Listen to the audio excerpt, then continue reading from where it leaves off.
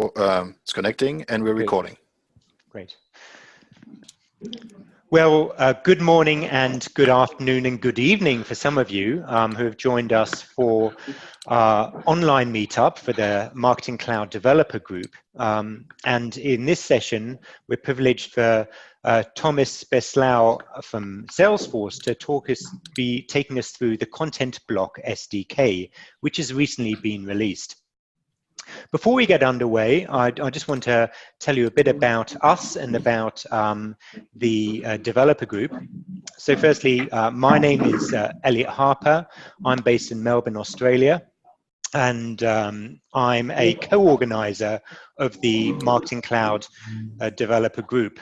Also, Thomas is going to join us today from Salesforce.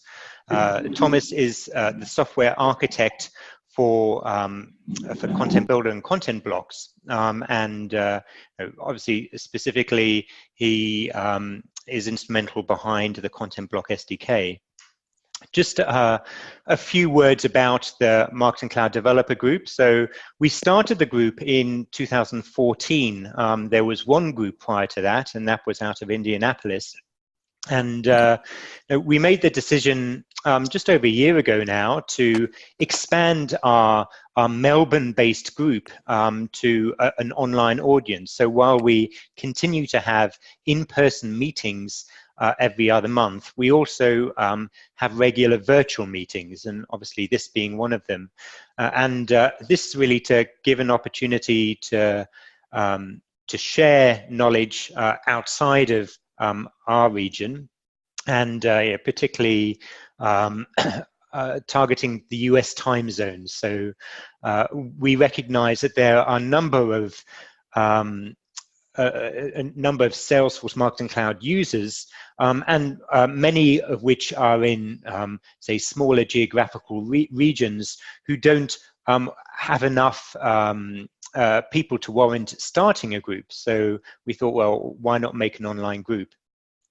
If you're a guest today and you're not already a member, please visit meetup.com and you can go and sign up. Well, we've got a number of participants already here, and I think we're going to get underway now. This session is going to be recorded. Just some housekeeping first. Please keep your microphones on mute, and if they're not on mute, then I will go and mute you. If you have any questions, there'll be plenty of opportunity to ask questions at the end. However, you can also ask questions as we're stepping through the presentation, simply by posting your question to the chat window, and Thomas or I will go and answer those at the end of the session. So without further ado, I'd like to hand it over to Thomas. All right, thank you, Elliot. I'm showing my screen. Can everybody see Content Builder? Yes, yep, I can. All right, so let's start with a quick overview of Content Builder, particularly the editor. So Content Builder is a Marketing Cloud content management tool. And one of the functionalities of this tool is you can edit templates, emails, blocks, etc. And in this case, you land on the editor, and the editor has had from its conception the paradigm of having a preview on the right and blocks on the left. And blocks are specialized editing experiences that let you define HTML content on a specific area of the templates or the email. So in this case, I have those slots on the templates. And if I drag, say, a button block on one of the slots, I have a customized editing experience for a button block on the right, and on the left, sorry, and then I can preview it on the right, and it's real time. That paradigm worked well for us internally. It made development easier to the point where we were thinking, why not open up that framework to third parties? So customers, partners, our own services team or own internal team who want to develop their own blocks, etc. So, and just some terminology. What you see on the right, the actual HTML content, we call that the content block. It is an HTML string that gets sent with that email. What we see on the left, we call the block widget. The concept of the, I'm going to mute somebody really quick. There we go. The concept of the block framework is to, and the block SDK is to allow customization of the block widget so that it can define its own content block. So let's see a quick example of it. In here, I have a custom block called Google Maps, and I'm going to drag that over. And I'm going to put a location like London. And here we go. So that's an example. Oh, sorry, that's an example custom block that was built in about half a day using the block SDK. That's the block that we're going to demo tonight. And you can set the width, you can set the height, you can have link wrap, etc. As you can see, it's real time, and it really feels like it's part of the cloud editor and the marketing cloud experience. However, it's completely third party and was built, is hosted separately, and is served from actually Heroku right now. I'm gonna go mute somebody else. There we go. All right. So how does that work? Let's look at a quick architecture diagram. So on the right side, you can see the editor and the editor UI. This UI lives on the browser, and it talks to some middleware, which is an application hosted by Marketing Cloud. And through that middleware, it also talks to the actual Marketing Cloud API. In the little iframe that we have for the third-party blocks, we render a completely different UI, right? And it cohabitates on that page through an iframe, but really that UI is served from a separate domain that's hosted by the third party, talking to a third party middleware, talking to a third party API, potentially. Or potentially, if that third party middleware has an App Exchange app and can use the appropriate keys, that third party middleware could talk to also to the SFMC API. What the block SDK does really is none of the yellow. It's really just letting the block talk to the editor. And it can ask a series of questions, and it can have a series of interaction with the editor that are defined in the block SDK. So let's take a look at SAID block SDK. It's hosted under Salesforce Marketing Cloud block SDK, and there is also a, let's see, block SDK NPM. There's an NPM release of it.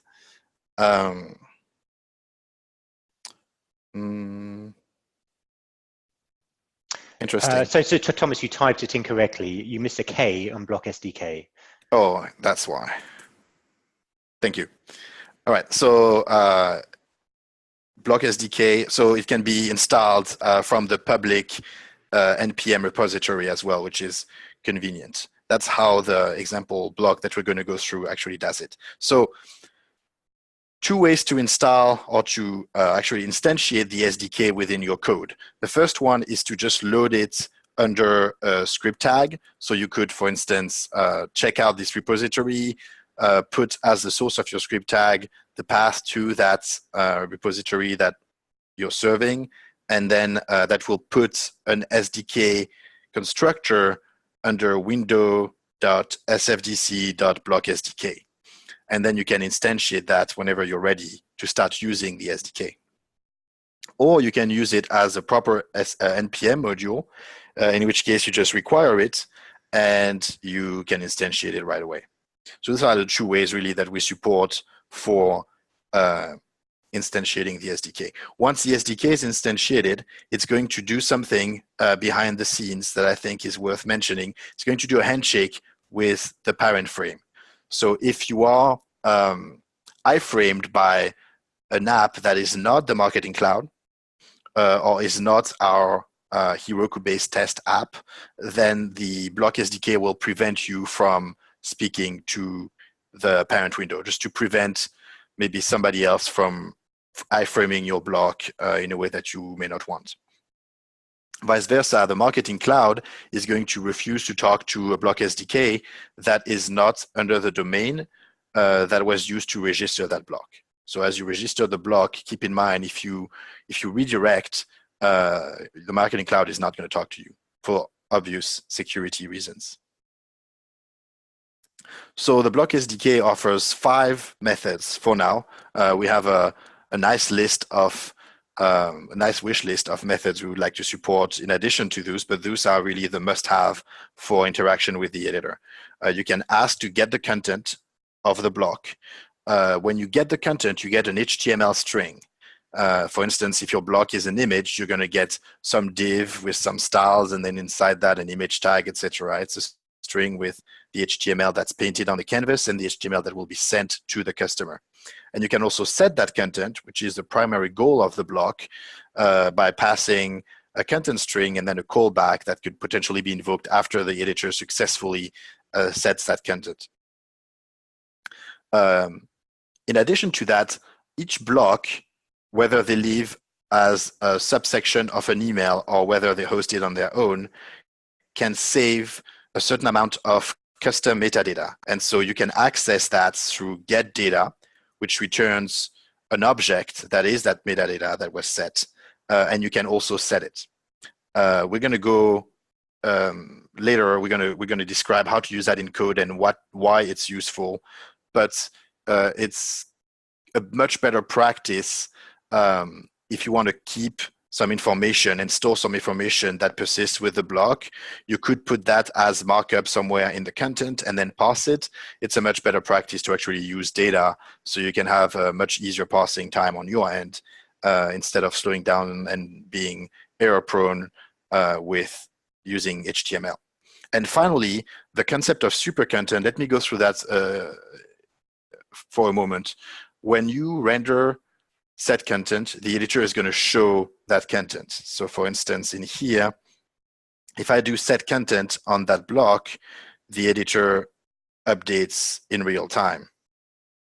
However, there could be some customization that's part of that Google Map URL. For instance, I could put, instead of the address, I could want to make a block that takes the data extension value that corresponds to the address and automatically pull that in so that each subscriber has a different map that renders. In that case, though, the address, and therefore the URL, can't resolve until send time, when messaging would complete this AMP script that looks up the value and puts it there. So there would be no map really to show to the content editor as they edit it. So even though the content is valid and would work when sent, the editor experience would be kind of poor. So that's why we have super content. If you set super content, you trump the rendering of the content that might not be nice to look at that moment. And instead, you see something else. So you could default everybody to London, for instance, but know that when it's being sent, it goes to everybody's custom address. A good example, I don't know if you're familiar with the dynamic content block, but the dynamic content block takes a default content and you can create rules, and each rule will show a different content piece based on some user attributes. So really what the actual content looks like is a bunch of AMP script conditional expressions and a bunch of content depending on which one is true, which one is false. It's not very pretty. So instead of showing that, the dynamic content block leverages super content and sets that so it always looks like the default, for instance, or like the one that you select. Actually, if I do a quick demo there, if I select this for that, and then I create a rule really quick. Sure. Okay. And then select content right here. All right. So if I do this, as I toggle between the two, and you can see the editor shows something different, really the actual content of that block hasn't changed. It's a big conditional M script that says, if those rules are true, then show the Einstein stuff. Otherwise, show the kayak stuff. However, as we toggle through to see what it looks like, the block just calls set super content behind the scenes. So that's a good example of a use case for super content.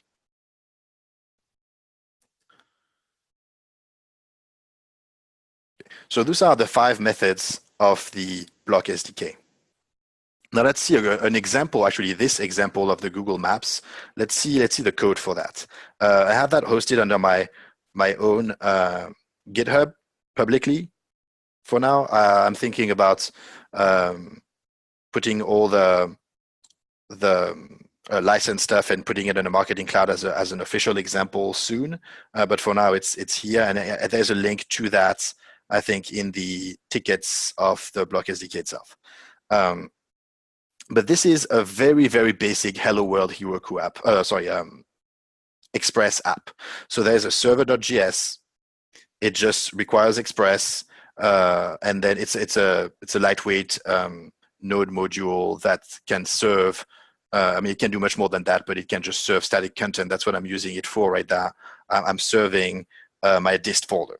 So those 4 lines of code are literally just serving the dist folder on port 3000 locally, or on whatever port is being given to me as an environment, so it can work on Heroku.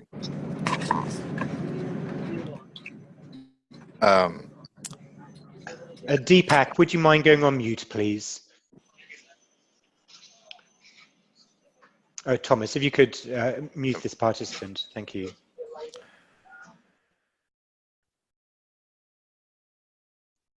It was actually Philip, if we want to assign blame for posterity. All right, so the package.json is pretty simple as well. There's a name, blah blah blah, URL, etc. Really, the dependencies, I have Webpack and Webpack CSS loaders to build the project. They're not really necessary if you want to just do a static serve. But I'm using Salesforce Lightning Design System. I don't know if you're familiar with the Lightning Design System, maybe a short parenthesis. They're the public recommended Salesforce design systems for all things Salesforce. So if you want to build a block and you're wondering what kind of styles should I use, are there recommendations out there on guidelines on how I should style my fields, etc., there is definitely some place, and it's the Lightning Design System. You'll find the site very easily, and you can download it from their repo. You can download it as a zip file, or you can also pull it in as a node module, which is what I'm doing. So I'm pulling in the design systems, and we're talking pure styles here. There's no logic associated with it. And then I'm pulling in the block SDK and Express to just do a static serve. So also a very straightforward package JSON. All those other files are not super important. Git ignore, just some Git stuff. The README is what we're reading right now. App.json is for Heroku to be able to have a little deploy to Heroku button, so not super important for that block as well. And then the Webpack config is just for Webpack. Now, the source, the actual code of that block is twofold. The first one is in the dist. The index.html has a bunch of markup that is straight copy-pasted from the Lightning site. That is the proper markup for the little sliders. These little sliders, this little fancy input fields, etc. I don't want to have to style them. I just copy-paste the markup from Lightning, and by pulling in the Lightning design the way I do, it all styles itself, and I really have no work to do there. So that's good. So yeah, the index has no logic in it. It's just copy-pasting from the Lightning site. Then on the source, the only code in there is to do the whole thing is really 70 lines or so of JavaScript. So we start by requiring the Lightning Design System. That's for Webpack to build them in. Otherwise, you can just put a link in your HTML if you prefer. I'm getting the SDK from the NPM module way, since in my package JSON I imported them. I just do require block SDK. That's a constructor, and then I instantiate it. The moment I instantiate it, it can start doing its handshake with the editor. So the sooner you instantiate it, the better, because it's going to need a few milliseconds to get ready. So most of those lines are really just painting all my elements or listening to stuff. The real first action that happens is the first thing that block does is it gets data. So it does sdk.getData. The editor is going to respond, and we wrap that in this callback function. So in this function, you know that data.address is whatever is set there. Obviously, if the block was just dragged, all of those fields are going to be non-existing. So you need to account for what it is you want to be the default. So in this case, the address is empty by default. I have a width and height of 400 to 300. But by doing this, I know that if the user specified a width already and I save that in my data, the next time I'm loading the block, I'm going to use what was specified and not re-default to, say, 400. So I get all my attributes there. And then every time something happens in the UI, every time I move a slider or change the address, for instance,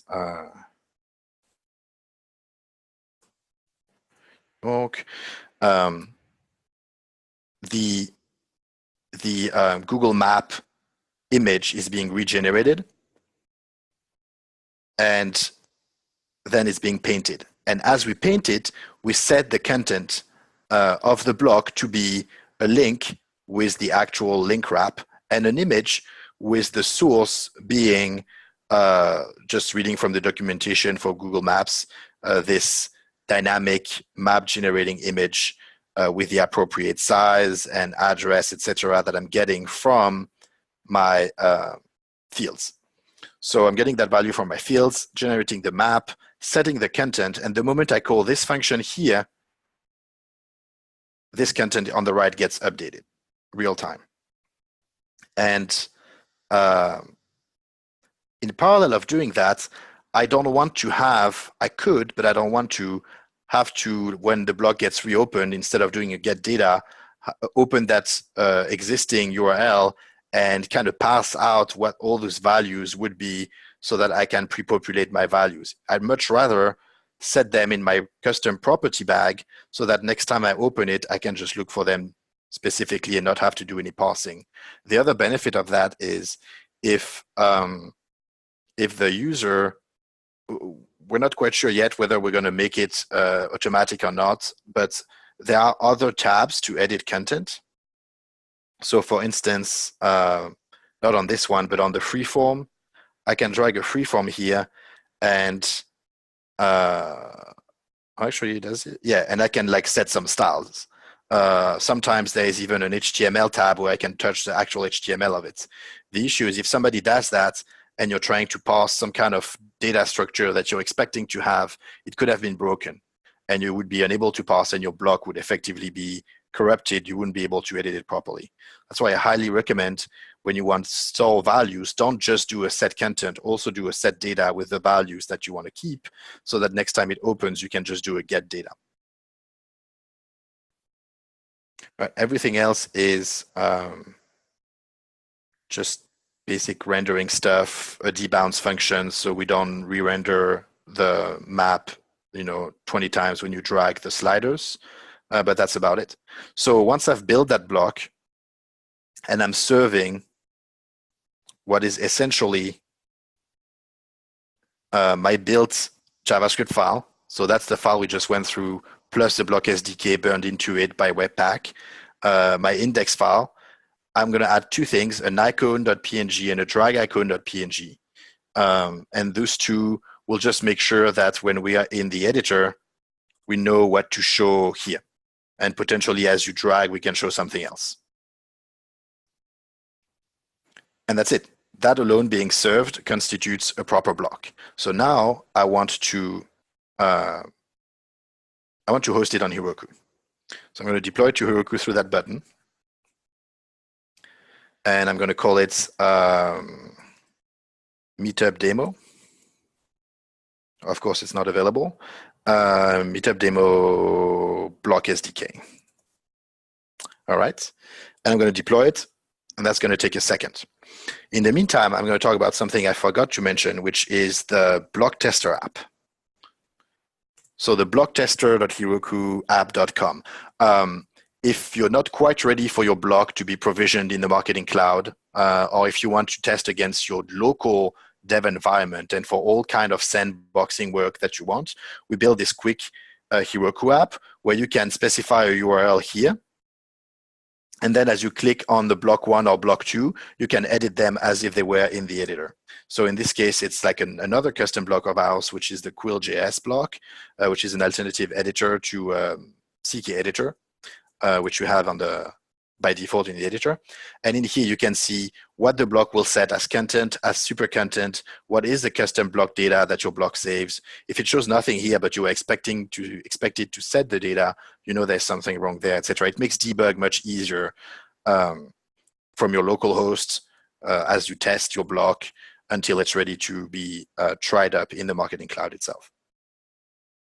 So now that my app is deployed, I could click on View. Not super interesting outside of the Marketing Cloud, or I could just save the link, copy the link address, and in the block tester, I'm actually going to use that now. So my block 2 is going to be my Google Maps block. And oh yeah, this one I need an API key. I made an update to that block recently because I don't want to hard code my personal API key everywhere. It's going to stop working soon enough. So where are we? Here, API key address, we can put Salesforce, and here we are, the block that I just now deployed to Heroku. I can test it in here really quick, make sure it behaves as expected. And it seems fine. And so now that I've tested that, I'm ready to actually provision that block to my account so I can test it on the Marketing Cloud. So in the administration, under your name, you have like an administrations app. In there, you have account, install packages. And once you're in an install package, you can add components to your install package. So I'm going to add a component. And the new one coming up, this release, is the custom content block. Very similar to your Journey Builder activity, but you're adding a block instead of an activity.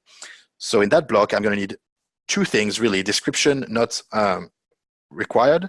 So the one thing I'm going to need here, I'm going to call it like the meetup demo. And then the endpoint URL is going to be that same URL I used there where I've deployed my block on Heroku or wherever you want that's publicly available.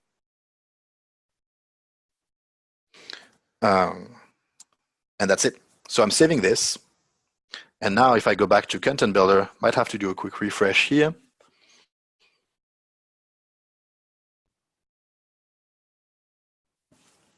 And let's go edit that template again. And here we go. We have a meetup demo block now that we can drag. And what are we going to do this time? Paris. And here we go. We have our block. It remembers attributes. Let's see, zoom level, etc. It responds in real time. And we've effectively provisioned the block into that Marketing Cloud account. So what you see on the left is hosted on Heroku and is the code base we just ran through. And what you see on the right is the email that I'm about to save, which now has a custom content block in it. And that concludes our demo.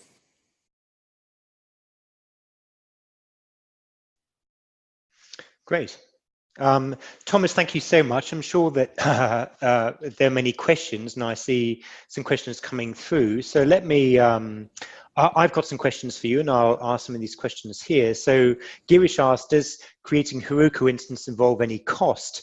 Which the answer is, and correct me if I'm wrong, Thomas, but when you go and spin up a dyno, it creates it uses a free dyno, which then sleeps after 30 minutes of inactivity. This is great for development, but you can change that to a paid instance, I think ranging from hobby to upwards of like $7 a month and upwards. So the answer is it's free to get started. a question I have for you, Thomas, is when going and let's say I want to go and create a custom widget that I'd like to interact with the Marketing Cloud API. So that is, just like when I go and create an install package and I use the Marketing Cloud app, and then you get your JSON Web Token or JOT that you can crack open and go and get the access token to interact with the REST and SOAP API methods. Can you, and if so, how would you go and do that with a custom block widget? Yep, let me share my screen again then. So I can go back to that diagram. I think it will be a good starting point for that discussion. So let's see, can you see my screen? It should be my kind of Google slide with the little architecture diagram. Yes. Okay. Yep. So let's say you're here, you've built your block, you have your UI, but for let's say the link wrap, you want to make an API call to the Marketing Cloud, or for something else, you want to make an API call to the Marketing Cloud.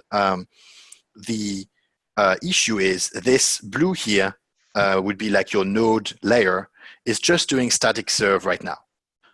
So you can't really make API calls to the Marketing Cloud. However, if you have built a third-party app, and if you know how to make API calls to the Marketing Cloud to begin with, you know that this middleware will need to have some kind of a store where you can verify if there is a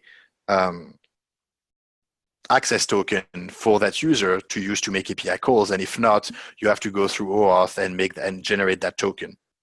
The how most apps work, though, is when they're rendered into their single sign-on page, which then redirects to the actual app. And as it posts to the app, it posts a JOT that lets the middleware of that app authenticate against the Marketing Cloud. So the issue is, in this case, we're just rendering your final page. We're not going to SSO, which means you don't have anything posting to your middleware with the JOT that you need. So what I would do is, somewhere on that UI, you want to have an invisible HTML call, like an iframe, mini iframe. Actually, an iframe is necessary. An HTML call alone will not do. Like, you need to have an iframe. That iframe goes to your SSO page for that third-party app. When you build an install package in the App Store, you get an app to begin with. So if you already have an app, you can use that. If not, you will get one anyways. So you will get an SSO endpoint. When you redirect to that, when you iframe to that SSO, it will use the current cookies of the user that they have for the Marketing Cloud, and it will map them, and it will send you a JOT. It will send a JOT to this blue section there. And then you do the same thing that you do on a Marketing Cloud app. So two options. You can either, once you're rendered, redirect yourself to SSO, and then SSO will redirect back to you, and this thing will have the JOT, which is not super elegant because it's two redirects. Or you can stay there and have a little iframe that goes to SSO so that something posts back to this endpoint as well. And then you can destroy that iframe or ignore it, but at least you started the sign-on process. And then this middleware can start the process of using the JOT to get an access token on behalf of the user. Great. Okay, thank you. And that makes sense, Thomas. Also, I just want to clarify a couple of things. So the example that you showed, you've got a application built in Node.js. And to clarify, you can use any web application framework. It could be .NET or PHP or Python or Ruby. I mean, it's it's just using these JavaScript functions or methods as a messaging layer, really, isn't it? Correct. So the only thing you need are static resources that any web framework supports. So it could be a simple HTML file on its own will do the trick, actually, or an HTML file and a JavaScript file. Like, for instance, you could go on GoDaddy, pay the minimum amounts hosting, drop or just right-click and do create new HTML file and copy-paste my HTML in my disk and my JavaScript in my disk, and that would be the same block. Not even a real web server code behind it, just static hosting by some random web host will do the trick as well. Okay, yeah, So no, that yes. makes sense.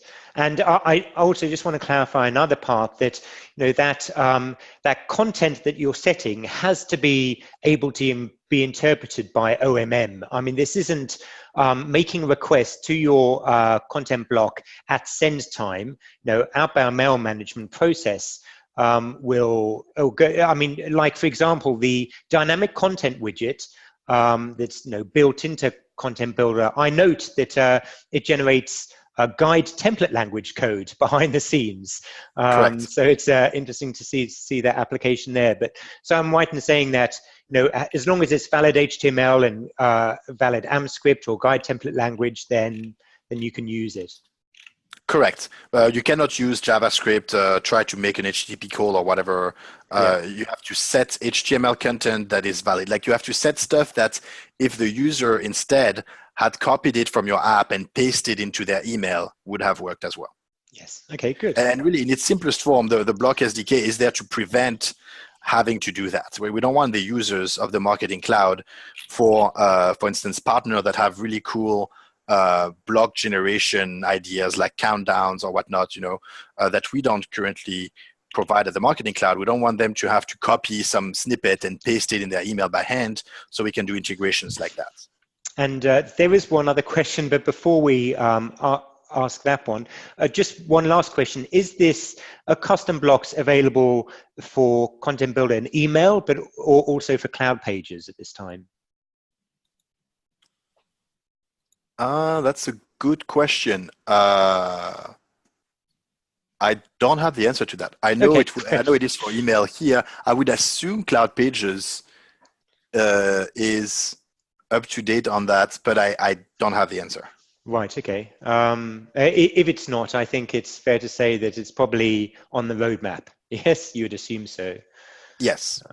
Forward-looking statements aside. So we have a question from Emma. She says, a section under Administration Applications Content Builder that has a custom block section. Do you know if this is an alternate area to add custom blocks? So perhaps you can share your screen and we can look at... Yes. The answer is no. This is getting removed and replaced by this. So this is the way we used to do it before. We had a proper app exchange way to do it so that internally we can develop the block framework. It's also a quick way to not block people that would have wanted to get started early. But the proper way is install packages. And installing through this custom block section is either removed now or going to be removed next release. Right, and I'm right in saying that the ability to go and add content block SDK to install packages isn't available today, but it will be in the next release on April 21, I think. Correct. Right. It's like the one that's just coming, and it's the demo I've done though is from production code, but the pre-production server. So it's what I've shown is what's coming the 21st. And then am I right in saying that partners and SIs can go and commercially sell their content blocks and App Exchange? Is that? That is correct. Available? Okay. So it would have to go through a review process for, I guess, pen testing and code scanning or something. And correct. Very similar to an app. Actually, it's the same review process as an app, plus maybe some additional scrutiny in what type of content and data is being stored. Obviously, we don't want to have some kind of, even though the editor actually whitelists and filters when it receives, we don't want the block widget to try and set stuff that is malicious or potentially malicious or risky or allow injection. And we don't want the data to store stuff that we don't want stored on the Marketing Cloud, like I don't know, like if people were to do set data and put a customer password in clear in a block or something like that, that would obviously be not okay. Okay, no, that makes sense. So are there any other questions? Anyone? There's a question that says, when is the custom content block be visible when adding installed packages? So once you add it, you just refresh the app and that's when it's visible. So it's right away, really, after the install package has been added. Okay, good. And then the sandbox testing you are doing is available for all MC login. I don't know what that means. The sandbox testing is actually completely public.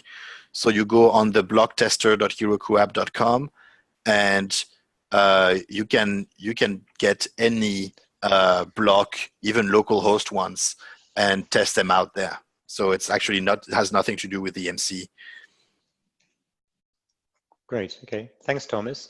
Yes, I mean, I've just from you taking us through this, this has just really got me thinking about the potential for creating custom blocks, and from not only personalized maps, but it could be bar graphs and pie charts through the Google Charts API, generating dynamic images, weather feeds, news feeds, social media feeds, integrating into CMSs.